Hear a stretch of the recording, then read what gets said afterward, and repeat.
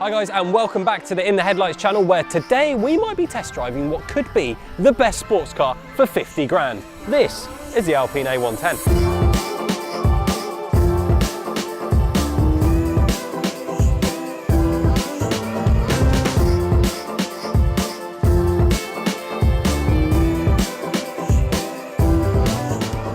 And here we are inside the Alpine. Tim couldn't resist but to come and join me, and I don't blame him for one bit.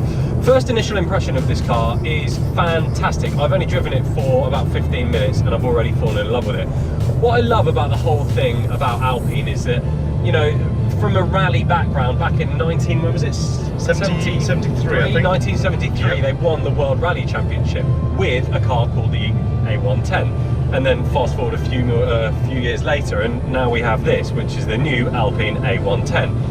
They actually look quite similar. Yeah, they've got the same sort of haunched front end. They've got little round lights, and personally, if I have one of these, those little round spotlights on the front would have to have yellow film on them, just like their other cars.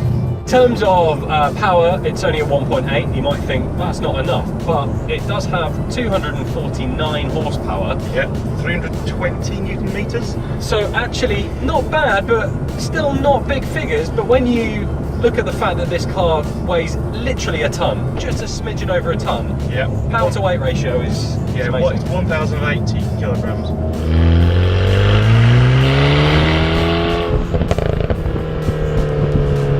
Well, they've done quite a lot with saving weight in this car. They've stripped pretty much everything out of it. I mean, even for the fact there's no glove box, there's hardly any storage. The only storage you've got is a very small front boot and a very small rear boot, actually. There's nothing to put in the door cards, there's nothing there. I love it in here. They've done just enough. The seats on this one look amazing, and these come on the Legend edition now. They've got this lovely quilted leather on them. They're really comfy. There's not that much sound denting, really, and that's a good thing, I think, because you do get to hear the sound of that little 1.8 turbo engine. Yeah, I mean, for what is a shopping hatch type engine, God, it makes a good noise, doesn't it? It does. From in here, it sounds like you've got Darth Vader sitting behind you, don't you, doesn't it? He's all... There goes a good impression for Star Wars fans. But it's all like whooshes and turbo noises, and it's brilliant, this.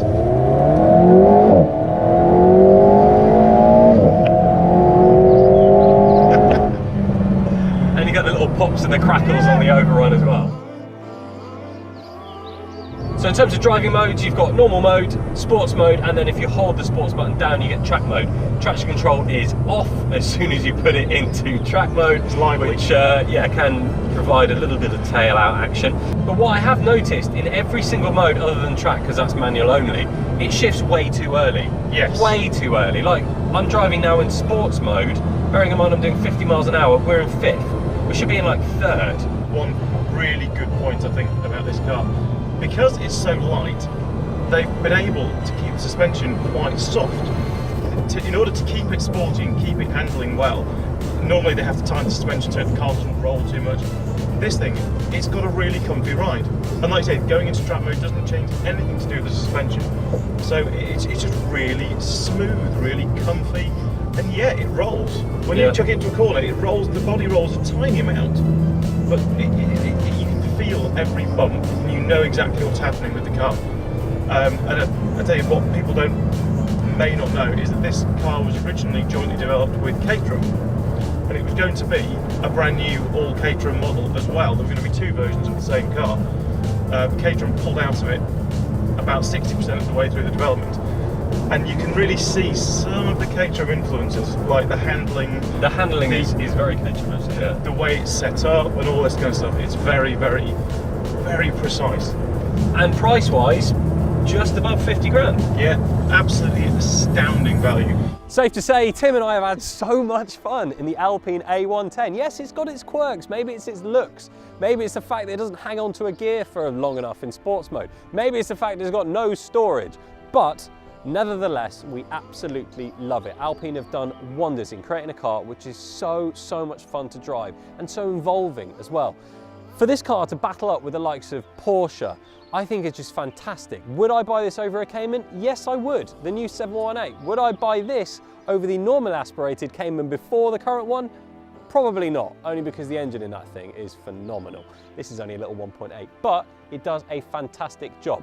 Thank you so much again to the owner for letting us drive this fantastic little car. Tim and I will be out again doing loads of other stuff sometime soon. See you later.